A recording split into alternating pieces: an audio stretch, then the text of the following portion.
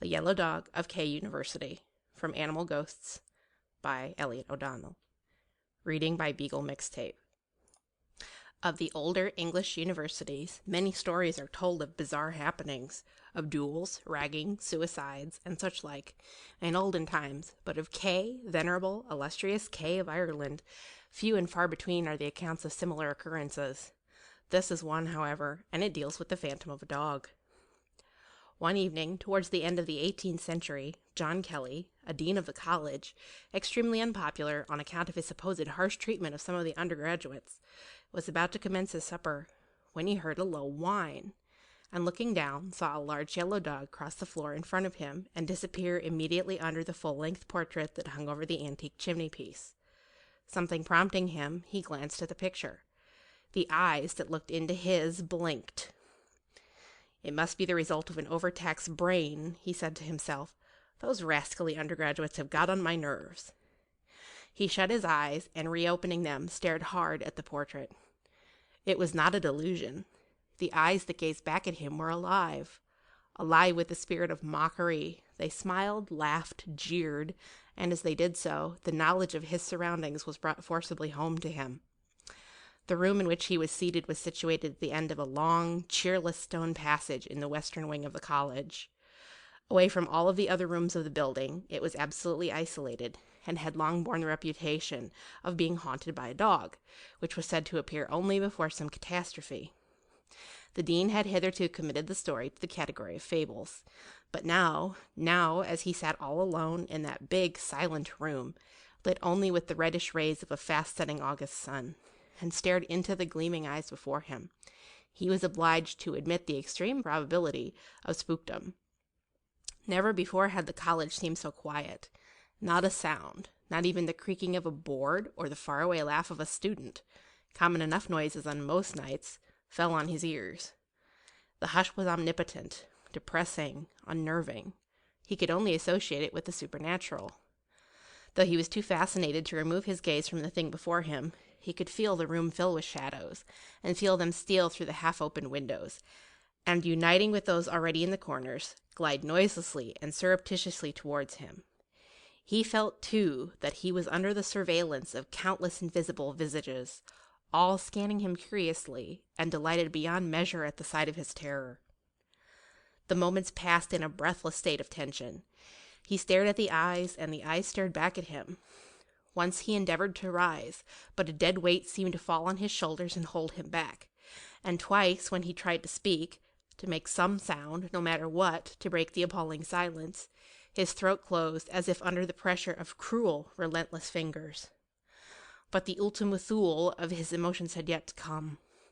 There was a slight stir behind the canvas, a thud, a hollow groan that echoed and re-echoed throughout the room like the muffled clap of distant thunder, and the eyes suddenly underwent metamorphosis. They grew glazed and glassy, like the eyes of a dead person. A cold shudder ran through the dean. His hair stood on end, his blood turned to ice. Again he essayed to move, to summon help. Again he failed.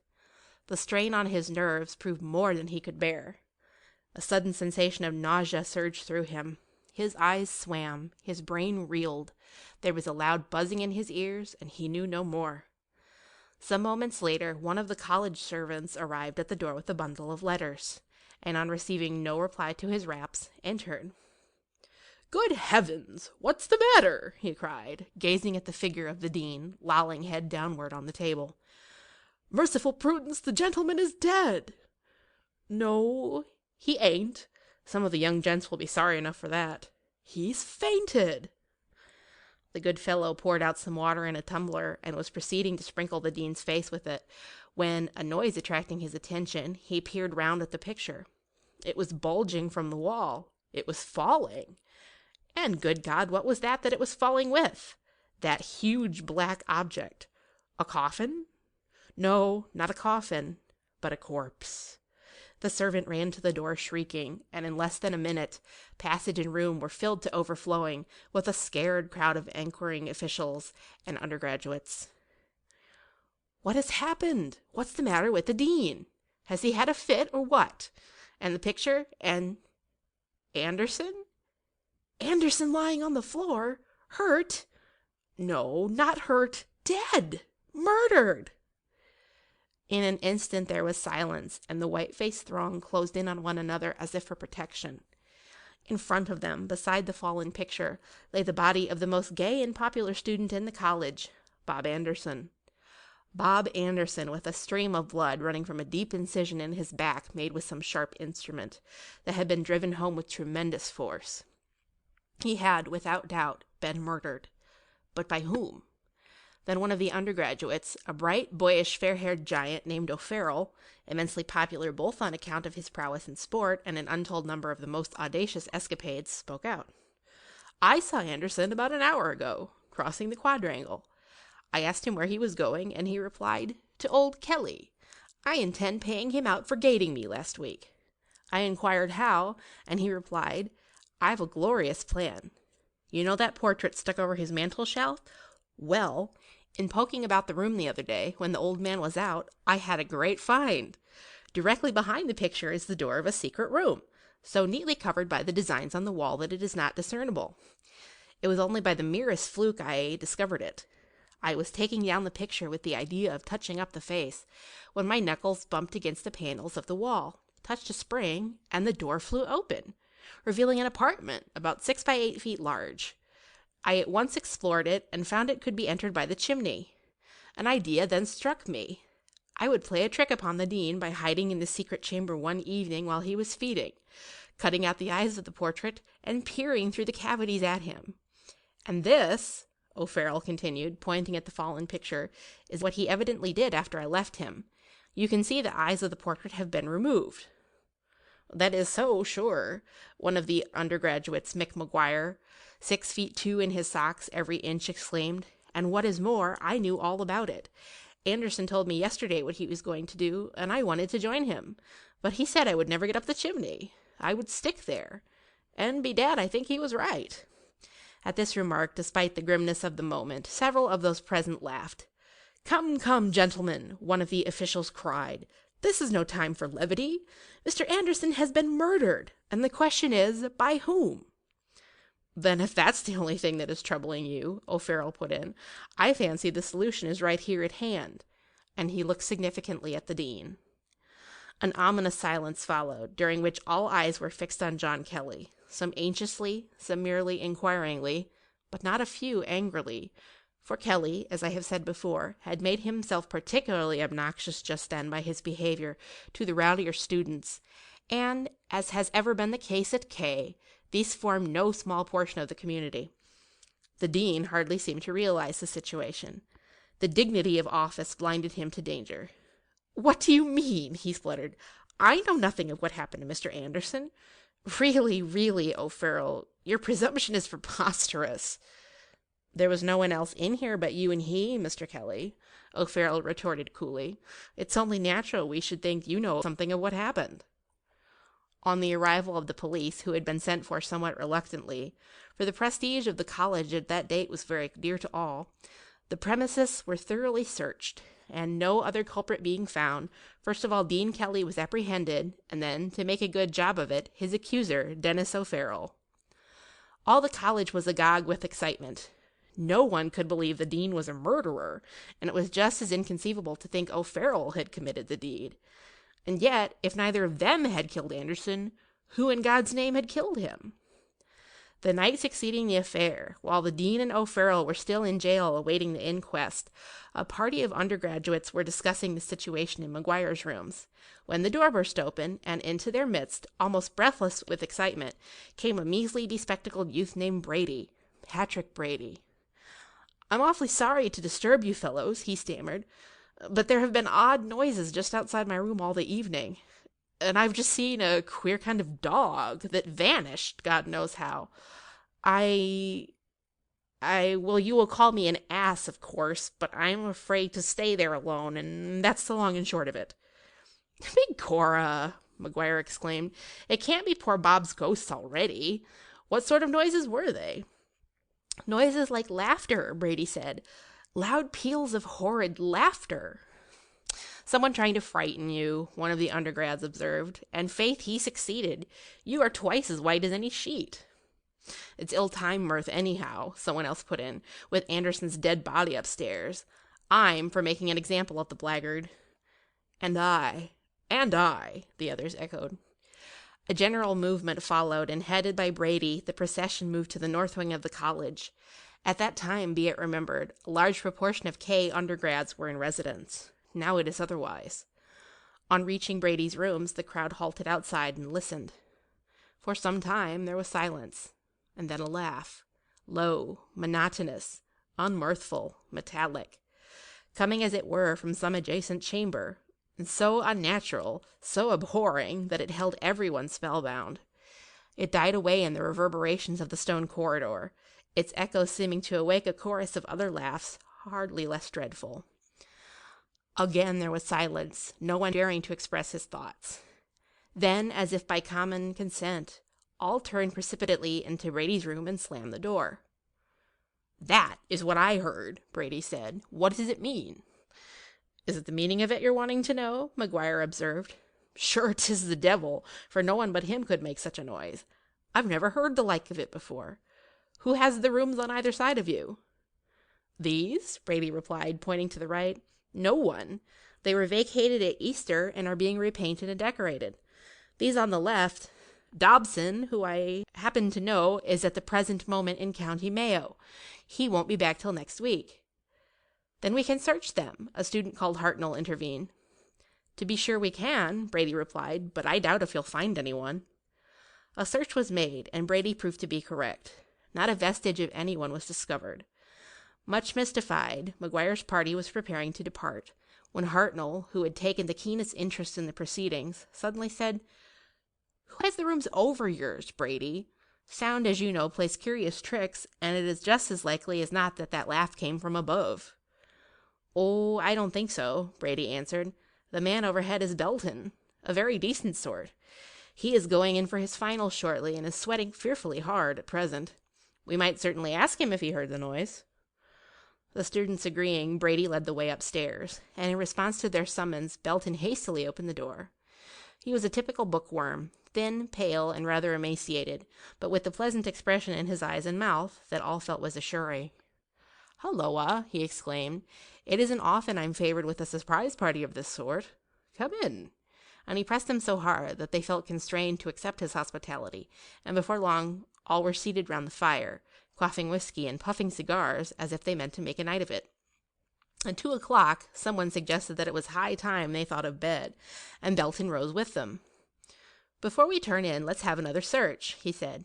"It's strange you should all hear that noise except me, unless, of course, it came from below." "But there's nothing under me," Brady remarked, "except the dining hall." "Then let's search that," Belton went on. "We ought to make a thorough job of it now, once we've begun. Besides, I don't relish being in this lonely place with that laugh knocking around any more than you do." He went with them, and they completely overhauled the ground floor, hall, dining room, studies, passages, vestibules, everywhere that was not barred to them. But they were no wiser at the end of their search than at the beginning. There was not the slightest clue as to the author of the laugh. On the morrow there was a fresh shock. One of the college servants, on entering Mr. McGuire's room to call him, found that gentleman half-dressed and laying on the floor. Terrified beyond measure, the servant bent over him and discovered he was dead, obviously stabbed with the same weapon that had put an end to Bob Anderson. The factotum at once gave the alarm. Everyone in the college came trooping to the room, and for the second time within 3 days a general hue and cry was raised. All again to no purpose. The murderer had left no traces as to his identity. However, one thing at least was established, and that was the innocence of Dean Kelly and Dennis O'Farrell. They were both liberated. Then Hartnell, who seems to have been a regular Sherlock Holmes, got to work in grim earnest. On the floor in McGuire's room, he picked up a diminutive silver-top pencil, which had rolled under the fender and had so escaped observation. He asked several of McGuire's most intimate friends if they remembered seeing the pencil case in McGuire's possession, but they shook their heads. He inquired in other quarters too, but with no better result, and finally resolved to ask Brady, who belonged to quite a different set from himself. With that object in view, he set off to Brady's room shortly after supper. As there was no response to his raps, he at length opened Brady's door. In front of the hearth, in a big easy-chair, sat a figure. Brady, by all that's holy, Hartnell exclaimed. By Jupiter, the beggar's asleep. That's what comes of swatting too hard. Brady? Approaching the chair, he called again. Brady! And getting no reply, patted the figure gently on the back. Be jabbers, you sleep soundly, old fellow, he said. How about that? And he shook him heartily by the shoulder. The instant he let go, the figure collapsed. In order to get a closer view, Hartnell then struck a light with the tinderbox. The flickering of the candle flame fell on Brady's face. It was white, ghastly white. There was no animation in it. The jaw dropped. With a cry of horror, Hartnell sprung back, and as he did so, a great yellow dog dashed across the hearth in front of him, whilst from somewhere close at hand came a laugh, long, low, and satirical. A cold terror gripped Hartnell, and for a moment or so he was on the verge of fainting. However, hearing voices in the quadrangle, he pulled himself together, approached the window on tiptoe, and peering through the glass, perceived to his utmost joy 2 of his friends directly beneath him. I say, you fellows, he called in low tones, come up here quickly. Brady's rooms. I've seen the phantom dog. There's been another tragedy, and the murderer is close at hand. Come quietly, and we may catch him. He then retraced his steps to the center of the room and listened. Again there came the laugh, subtle, protracted, hellish, and it seemed to him as if it must originate in the room overhead. A noise in the direction of the hearth made him look round. Some loose plaster had fallen, and while he still gazed, more fell. The truth of the whole thing then dawned on him. The murderer was in the chimney! Hartnell was a creature of impulse. In the excitement of the moment he forgot danger, and the dastardly nature of the crimes gave him more than his usual amount of courage. He rushed at the chimney, and regardless of soot and darkness, began an impromptu ascent. Halfway up, something struck him. Once, twice, thrice. Sharply, and there was a soft, malevolent chuckle. At this juncture, the 2 undergraduates arrived in Brady's room. No one was there, nothing save a hunched-up figure on a chair. "Hartnell!" they whispered. "Hartnell!" No reply. They called again. Still no reply. Again and again they called, until at length, through sheer fatigue, they desisted, and seized with a sudden panic, fled precipitately down the stairs and out into the quadrangle. Once more the alarm was given, and once again the whole college, wild with excitement, hastened to the scene of the outrage. This time there was a double mystery. Brady had been murdered. Hartnell had disappeared. The police were summoned and the whole building ransacked, but no one thought of the chimney till the search was nearly over, and half the throng, overcome with fatigue, had retired. O'Farrell was the discoverer. Happening to glance at the hearth, he saw something drop. "For heaven's sake, you fellows," he shouted, "look! Blood! You may take it from me, there's a corpse in the chimney." A dozen candles invaded the hearth, and a Herculean policeman undertook the ascent. In breathless silence, the crowd below waited, and after a few seconds of intense suspense, 2 helpless legs appeared on the hob. Bit by bit, the rest of the body followed, until at length the whole figure of Hartnell, black, bleeding, and blood-stained, was disclosed to view. At first it was thought that he was dead, but the surgeon, who had hurried to the scene, pronouncing him still alive, there arose a tremendous cheer. The murder had at all events been foiled this time. "Begorra!" cried O'Farrell. "Hartnell was going after the murderer when he was struck, and sure I'll be after him the same way myself." And before anyone could prevent him, O'Farrell was up the chimney. Up, until he found himself going down, down, down. And then, bedad, he stepped right out onto the floor of Belton's room. "Hulloa!" the latter exclaimed, looking not a bit disconcerted. "That's a curious mode of making your entrance into my domain. Why didn't you come by the door?" "Because," O'Farrell replied, pointing to a patch of soot near the washstand, "I followed you. Own up, Dickie Belton. You're the culprit. You did for them all." And Belton laughed. Yes, it was true, overwork had turned Belton's brain, and he was subsequently sent to a criminal lunatic asylum for the rest of his life. But there were moments when he was comparatively sane, and in these interims he confessed everything. Anderson had told him that he was going to hoax the dean, and filled with indignation at the idea of such a trick being played on a college official, for he, Belton, was a great favorite with the Beaks, he had accompanied Anderson on the plea of helping him, intending in reality to frustrate him. It was not till he was in the chimney, crouching behind Anderson, that the thought of killing his fellow students had entered his mind. The heat of his hiding place, acting on an already overworked brain, hastened on the madness, and his fingers, closing on a clasped knife in one of his pockets, inspired him with the desire to kill. The work once begun, he had argued with himself, would have to be continued, and he had then and there decided that all unruly graduates should be exterminated. With what measure of success this determination was carried out need not be recapitulated here, but with regard to the phantom dog a few words may be added. Since it appeared immediately before the committal of each of the 3 murders I have just recorded, it was seen by Mr. Kelly before the death of Bob Anderson, by Brady before the murder of McGuire, and by Hartnell before Brady was murdered, I think there can neither be doubts as to its existence nor as to the purport of its visits. Moreover, its latest appearance in the university, reported to me quite recently, preceded a serious outbreak of fire. End of The Yellow Dog of K University, from Animal Ghosts by Elliot O'Donnell.